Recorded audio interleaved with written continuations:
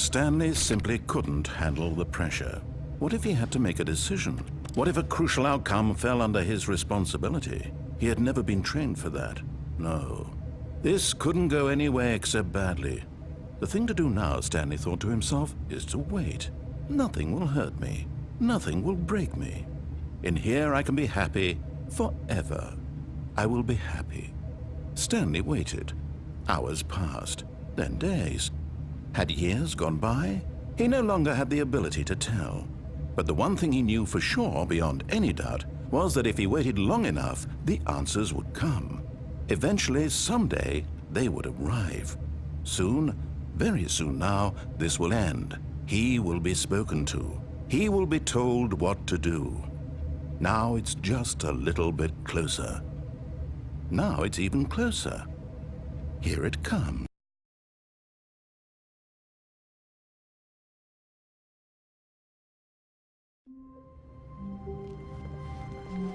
Just a step through this door, Stanley thought to himself, that's all I need. If I can make it through this door, I can make it through them all.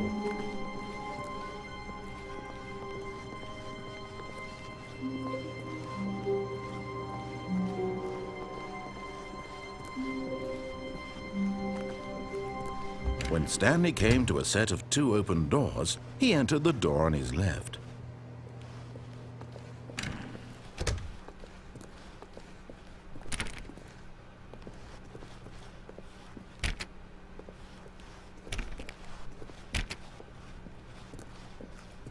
Yet there was not a single person here either. Feeling a wave of disbelief, Stanley decided to go up to his boss's office, hoping he might find an answer there.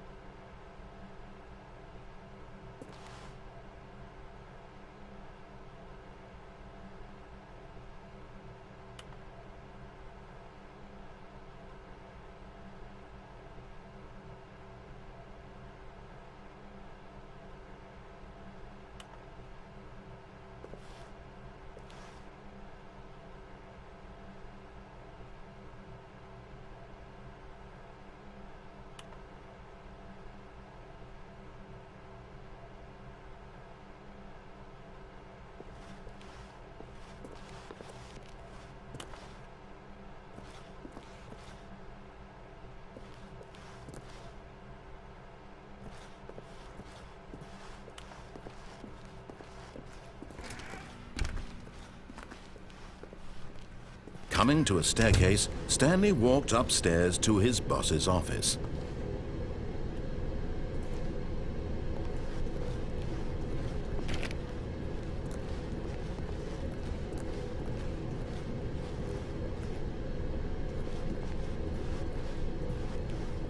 But Stanley just couldn't do it. He considered the possibility of facing his boss. Admitting he had left his post during work hours, he might be fired for that. And in such a competitive economy, why had he taken that risk? All because he believed everyone had vanished? His boss would think he was crazy. And then something occurred to Stanley. Maybe He thought to himself, maybe I am crazy. All of my co-workers blinking mysteriously out of existence in a single moment for no reason at all. None of it made any logical sense. And as Stanley pondered this, he began to make other strange observations. For example, why couldn't he see his feet when he looked down? Why did doors close automatically behind him wherever he went? And for that matter, these rooms were starting to look pretty familiar. Were they simply repeating? No, Stanley said to himself, this is all too strange. This can't be real. And at last, he came to the conclusion that had been on the tip of his tongue. He just hadn't found the words for it. I'm dreaming, he yelled. This is all a dream. Oh, what a relief Stanley felt to have finally found an answer, an explanation. His co-workers weren't actually gone. He wasn't going to lose his job. He wasn't crazy after all.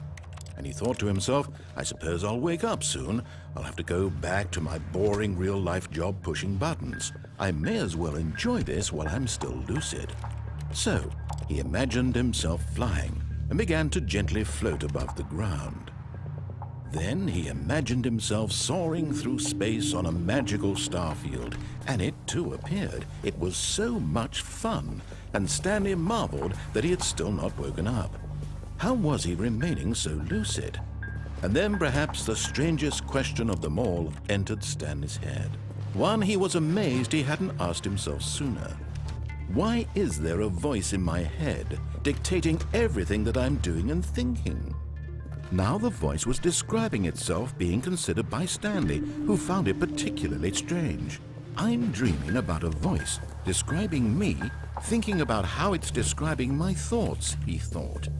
And while he thought it all very odd and wondered if this voice spoke to all people in their dreams, the truth was that, of course, this was not a dream. How could it be? Was Stanley simply deceiving himself, believing that if he's asleep, he doesn't have to take responsibility for himself? Stanley is as awake right now as he's ever been in his life. Now, hearing the voice speak these words was quite a shock to Stanley. After all, he knew for certain, beyond a doubt, that this was in fact a dream. Did the voice not see him float and make the magical stars just a moment ago? How else would the voice explain all that? This voice was a part of himself too. Surely, if he could just... He would prove it. He would prove that he was in control, that this was a dream. So he closed his eyes gently, and he invited himself to wake up. He felt the cool weight of the blanket on his skin, the press of the mattress on his back, the fresh air of a world outside this one. Let me wake up, he thought to himself. I'm through with this dream. I wish it to be over. Let me go back to my job. Let me continue pushing the buttons. Please, it's all I want. I want my apartment and my wife and my job. All I want is my life exactly the way it's always been. My life is normal. I am normal. Everything will be fine. I am okay.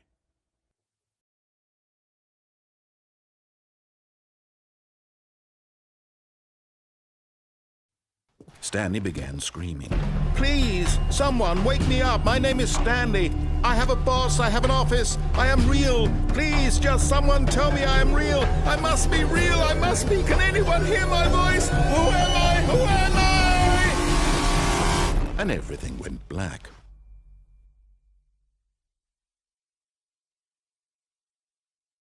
This is the story of a woman named Mariella. Mariella woke up on a day like any other.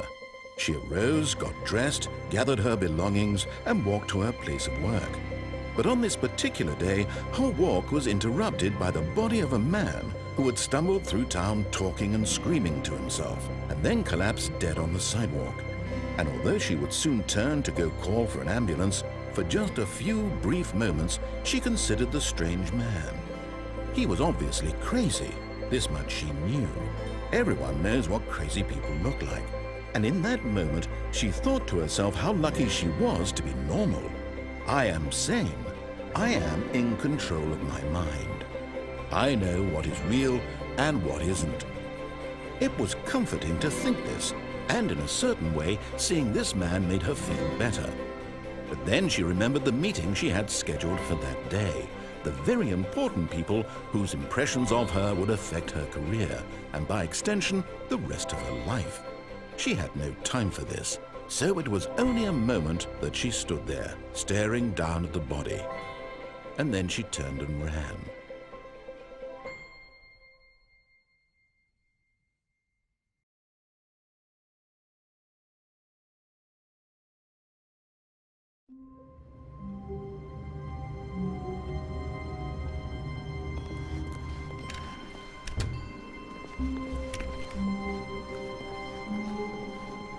When Stanley came to a set of 2 open doors, he entered the door on his left.